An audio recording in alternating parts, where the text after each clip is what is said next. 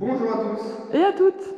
Aujourd'hui, on va s'attaquer à la peinture. On va commencer par bâcher toutes les fenêtres et les portes, ainsi que les poutres de la charpente. Il y a pas mal de boulot. Allez, c'est parti.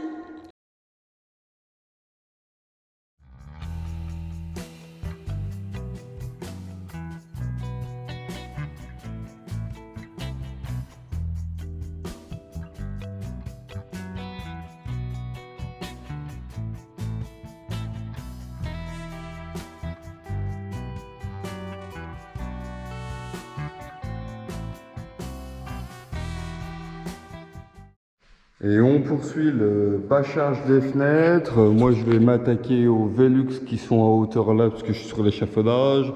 Béran, elle, est en train de faire les deux du haut. Et puis après, je viendrai faire toutes les poutres là, pour tout bâcher.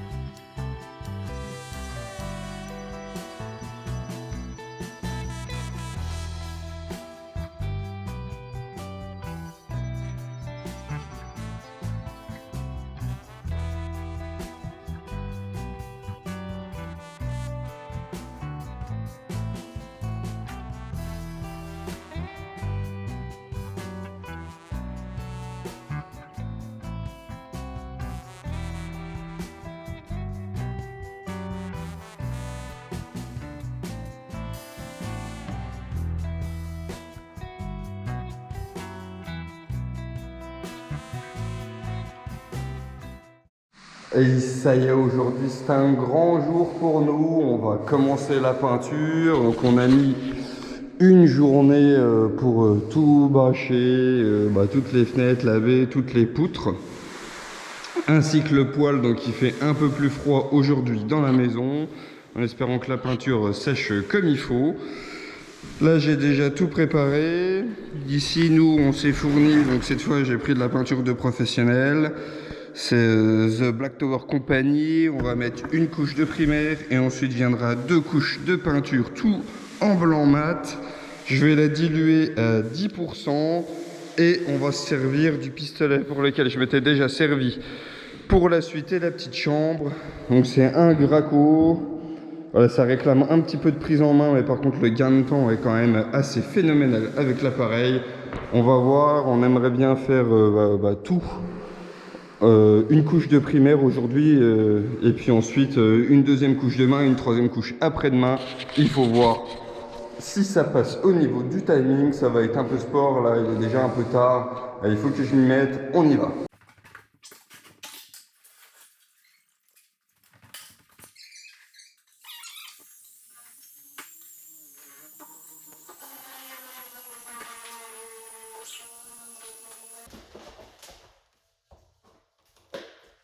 J'en profite pour parler de la peinture de sous-couche ou primaire ou son autre nom, une peinture d'après. C'est une peinture qui permet d'uniformiser le support, de le rendre moins poreux. Alors quand on parle d'uniformiser le support, c'est parce que évidemment on a un côté le carton de la plaque de plâtre et de l'autre côté on a nos bandes faites à l'enduit et du coup il faut que tout ait le même aspect, la même adhérence pour le moment où on va appliquer la peinture de finition.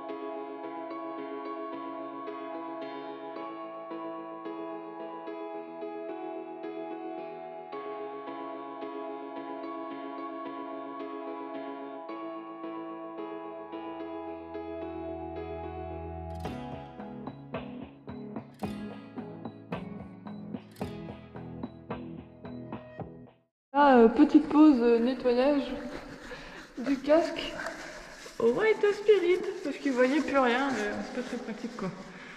Donc voilà où est-ce qu'on en est. Franchement, c'est tellement pratique avec l'échafaudage là. Vous avez dû voir sur la vidéo, on l'a démonté quasiment là jusqu'au minimum. Et franchement, c'est trop pratique. Je le pousse, il n'y a pas de problème. Il est tranquille sur son truc. Donc il reste globalement la partie là. Et après, tout le reste à hauteur là, il fera debout. Ça sera nickel. Nickel.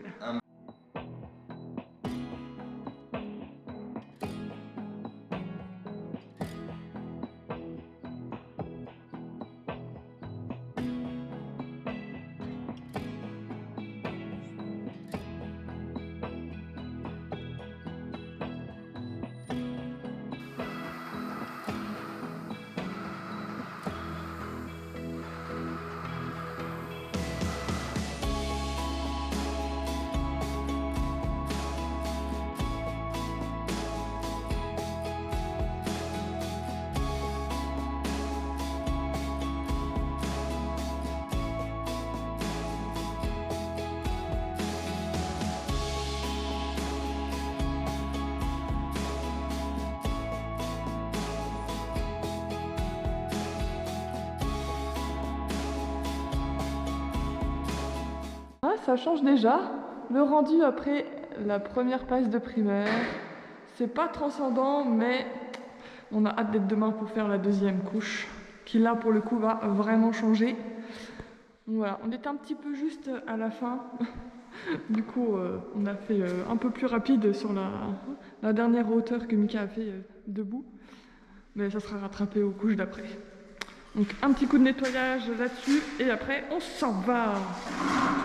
On se retrouve le lendemain, le primaire d'impression a eu le temps de bien sécher. Ok, effectivement c'est toujours un peu plus clair le primaire. Il y avait quelques endroits sur lesquels j'avais fait des à-coups avec le pistolet, du coup ça avait fait un peu de bourrelet que j'ai poncé. Du coup quand même quelques points positifs avec le pistolet, c'est que on a environ mur et plafond 500 mètres carrés à peindre, voilà, parce qu'il y a de la hauteur, donc forcément on a à peu près 5 mètres de hauteur dans le salon, en moyenne, puisque avec le pignon, vu qu'il est triangulaire ici, voilà, ça fait, la hauteur là c'est 7 mètres, donc ça fait pas mal de surface. Eh bien, pour peindre ces 500 mètres carrés, on a mis un peu moins de 5 heures. Donc, franchement, le pistolet, pour ça, c'est vraiment super. Et puis, on y retourne, du coup, cette fois, pour la première des couches en blanc mat. On est toujours chez The Black Tower Company. Et on prend du plafond d'intérieur, la numéro 10.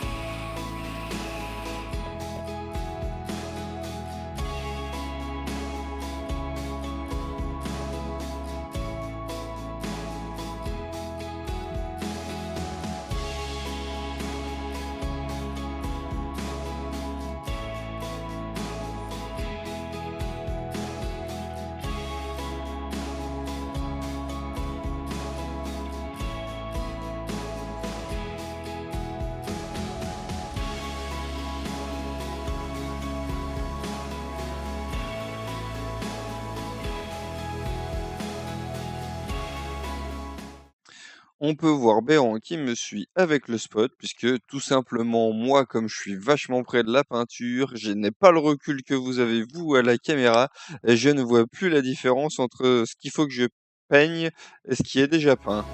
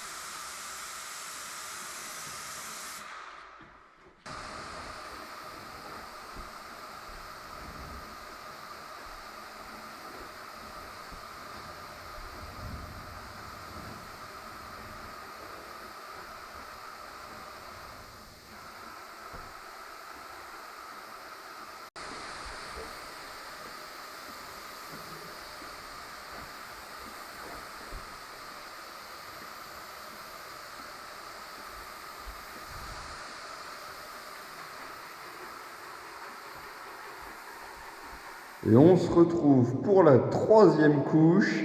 Alors je vais essayer de vous montrer un petit peu ce que ça donne, les erreurs. Enfin en tout cas, moi je suis pas assez expérimenté pour faire un travail parfait directement avec le pistolet. Hein. C'est que la 2e fois que je l'utilise. Je vais pas rentrer dans les détails du pistolet, mais je pense qu'il faut déjà bien le régler. Moi la première fois que je l'avais utilisé, je l'avais mis trop puissant.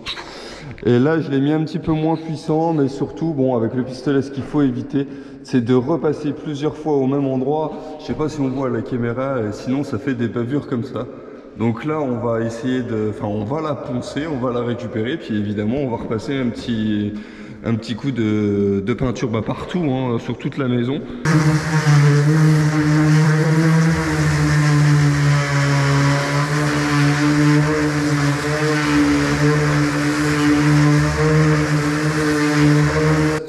Quand même pour ceux qui veulent se lancer avec un pistolet à peinture, je pense que ça se loue relativement bien quand même sur le bon coin pour beaucoup moins cher que les professionnels de la location comme Kiloutou. Franchement, je pense que ça vaut quand même le coup si on a une maison complète à faire de louer un pistolet, puisque le gain de temps par rapport au rouleau, c'est quand même ouf. Bon, certes, il y a des risques d'avoir quelques coulures, mais comme on peut avoir des traces de rouleau quand on peint au rouleau et qu'on n'est pas spécialement professionnel. Donc là, franchement, nous, on aura fait 500 mètres carrés de murs et plafonds en peinture en 3 jours, 3 couches. C'est quand même assez impressionnant. Étant amateur, je peux quand même vous donner mon ressenti. Le plus dur, évidemment, c'est de garder le même angle, puisqu'on est censé peindre à 90 degrés. Et évidemment, comme moi j'ai un toit incliné, c'est quand même dur. Et en plus de garder le même angle, il faut avoir la même distance avec le pistolet. Alors souvent au début, je pense que j'étais trop proche, c'est ça qui fait les coulures. Un petit 50 cm, on va dire entre 40 et 50 cm de distance du mur, ça fait quand même un travail qui est plus propre. Je suppose que ça dépend de la taille de la buse, parce que moi j'ai une buse bleue, c'est une grosse buse. Et aujourd'hui, on va enfin s'attaquer à débâcher tout ça. On va voir un petit peu ce que ça donne avec les poutres, regarder si le scotch a bien tenu partout, enfin qu'on n'ait pas de mauvaises surprises. Allez, on y va!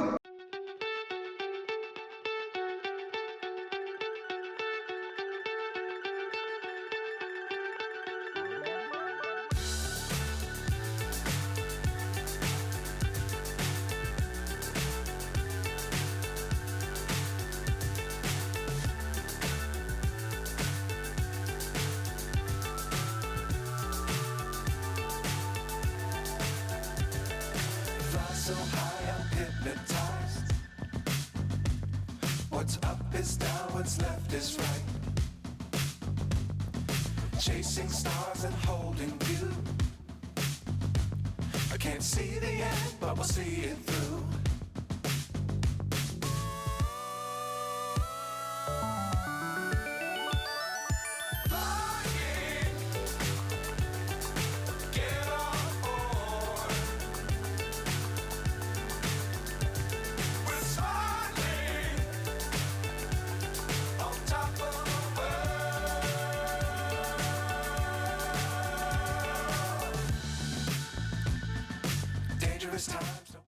Ça y est, on a fini par tout débâcher, on redécouvre un petit peu nos poutres. Heureusement qu'elles sont là quand même, elles rapportent un petit peu de chaleur maintenant que tout est blanc.